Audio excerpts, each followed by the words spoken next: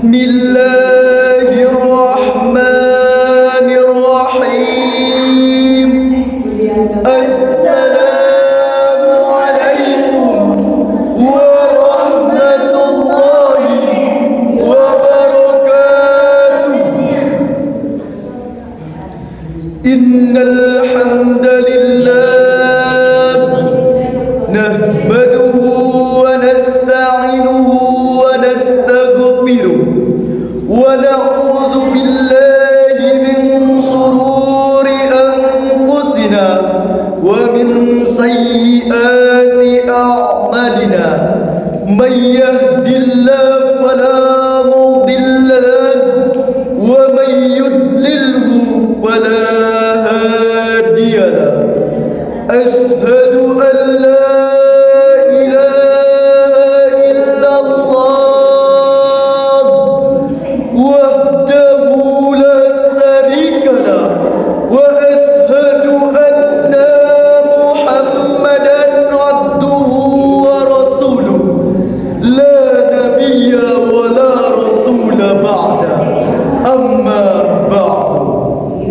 yang kami hormati Bapak Ibu Dewan Juri yang agung lagi bijaksana, yang mau kuasa panjang, yang manimbang sabare, tiba di mato indak dipijangkan, tiba di parit indak dikambingkan, dan yang sama-sama kami hormati kaum muslimin, kaum muslimat yang dirahmati oleh Allah Subhanahu wa ta'ala.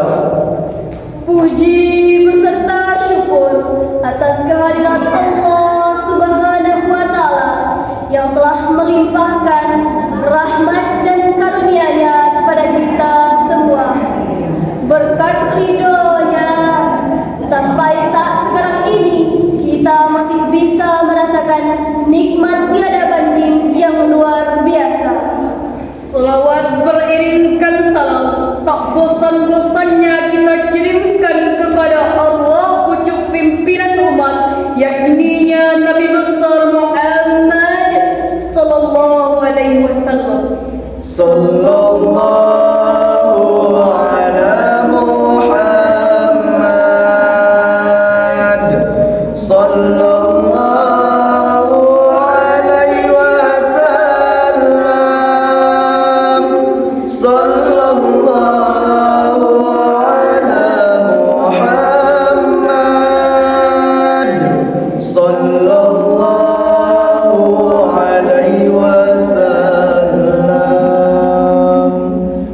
hadirin wal hadirat yang dirahmati oleh Allah Subhanahu wa ta'ala. Dalam dunia yang begitu luas, jarak antara negara dan negara lain amat berjauhan, tidaklah menjadi penghalang bagi kita untuk mengetahui apa-apa yang terjadi di belahan negara tersebut. Mengapa demikian? Karena telah terciptanya alat elektronik digital pada saat ini yang mempercepat arus informasi, komunikasi, dan membuka pintu rezeki. Ngechat, WhatsAppan, calling-callingan, WeChat, Twitter, ngedit, open order, reseller, dan pre-order. Namun, selain membawa dampak positif, alat komunikasi media sosial juga membawa dampak negatif bagi kita. Tidak bisa kita pungkiri bahwasannya pengaruh media sosial pada saat ini dapat membahayakan Pribadi, instansi, institusi. Maka untuk itu, kaum muslimin yang dirahmati oleh Allah Subhanahu wa ta'ala, pada zaman sekarang ini alat komunikasi media sosial hanya digunakan untuk kepentingan pribadi. Masalah-masalah tersebut akan kami ungkaikan, akan kami kaji dalam sebuah sahril Quran kami pada hari ini yang berjudul Etika Berkomunikasi di Media Sosial Perspektif Al-Quran.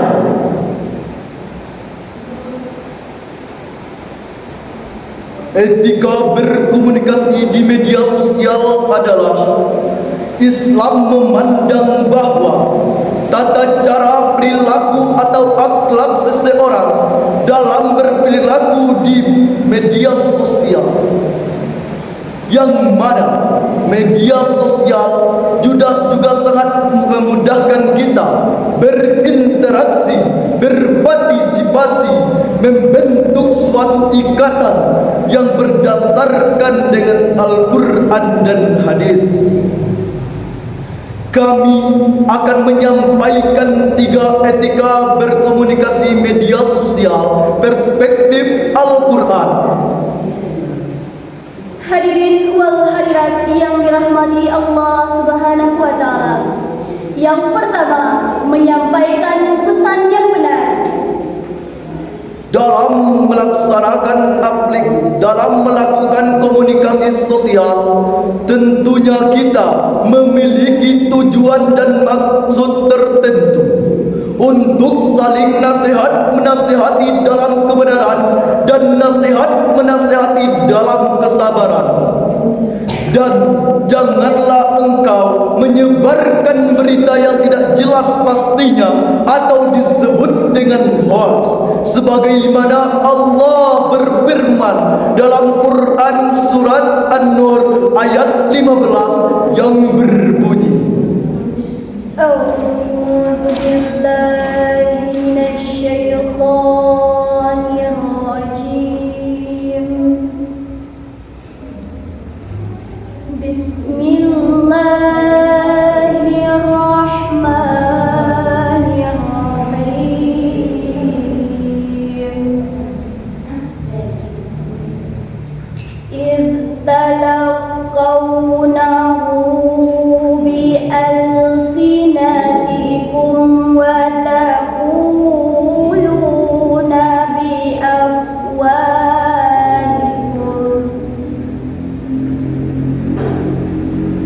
ma laysa lakum bihi ilmun wa tahsabunahu hayyinan wa huwa 'indallahi 'azim. Aku berlindung kepada Allah dari godaan syaitan yang terkutuk dengan nama Allah yang Maha Pengasih lagi Maha Penyayang. Ingatlah ketika kamu menerima berita bohong itu dari mulut ke mulut. Kamu mengatakan dengan mulutmu apa yang tidak kamu ketahui sedikit pun, dan kamu menganggapnya remeh, padahal dalam pandangan Allah itu masalah besar.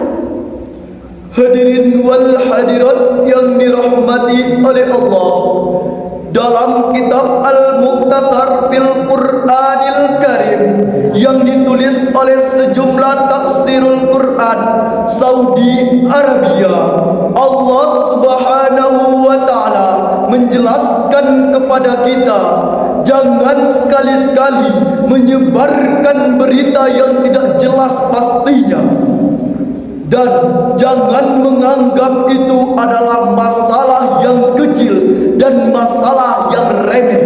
Ketahuilah, itu adalah masalah yang besar.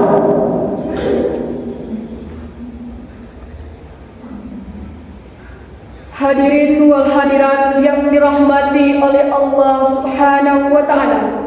Kedua, tidak mengolok-olok dan menyebarkan ujaran kebencian dalam melaksanakan atau melakukan aplikasi komunikasi media sosial, pastilah kita menahan diri kita untuk selalu tidak membuli, ngabers atau merendahkan diri kita orang lain, dan toksik mencaci maki orang lain. sebagaimana Allah telah menegaskan kepada kita dalam Quran surat Al-Hujurat ayat 11 yang berbunyi, Ya ayyuhalladzina amanu la yaskhar qaumun min qaum asa an yakunu khairan minhum wala nisa'un min nisa'in asa an yakunna khairan minhun wala talmizu anfusakum wala tanabazu bil alqab bi'sal ismul fusuqu ba'dal iman wa man lam yatub fa'ulaika humuz zalimun. Sadaqallahul azim. hai orang-orang yang beriman, janganlah satu kaum mengolok-olok kaum lain, karena boleh jadi kaum yang diperolok-olokkan lebih baik daripada kaum yang mengolok-olokkan. Dan jangan pula lah wanita-wanita mengolok-olok wanita lain, karena boleh jadi wanita yang diperolok-olokkan lebih baik daripada wanita yang mengolok-olokkan. Dan janganlah kamu mencela dirimu sendiri, dan janganlah saling memanggil dengan panggilan-panggilan yang buruk. Seburuk-buruk panggilan adalah fasik setelah iman. Dan barang siapa yang tidak bertaubat, maka mereka termasuk orang-orang yang zalim. Maha benar Allah dengan segala firman-Nya. hadirin wal hadirat yang dirahmati oleh Allah Subhanahu wa ta'ala. Menurut Kementerian Agama Republik Indonesia, Quran surat Al-Hujurat ayat 11 menjelaskan bahwa, hai orang-orang beriman, janganlah satu kaum menghina kaum lainnya, karena boleh jadi kaum yang engkau hina lebih baik di mata Allah daripada kamu yang menghina. Hadirin wal hadirat yang dirahmati oleh Allah Subhanahu wa taala. Yang ketiga, amar ma'ruf nahi munkar. Sebagai umat Islam, kita diperintahkan untuk menyebar pesan kebaikan dan mencegah segala bentuk kemungkaran.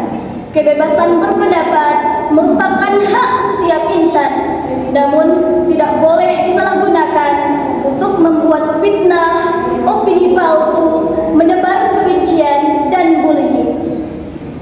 Dengan menerapkan etika berkomunikasi media sosial perspektif Al-Quran agar terwujudnya kemaslahatan dalam kehidupan bermedia sosial dan terwujudnya persatuan dan kesatuan Republik Indonesia.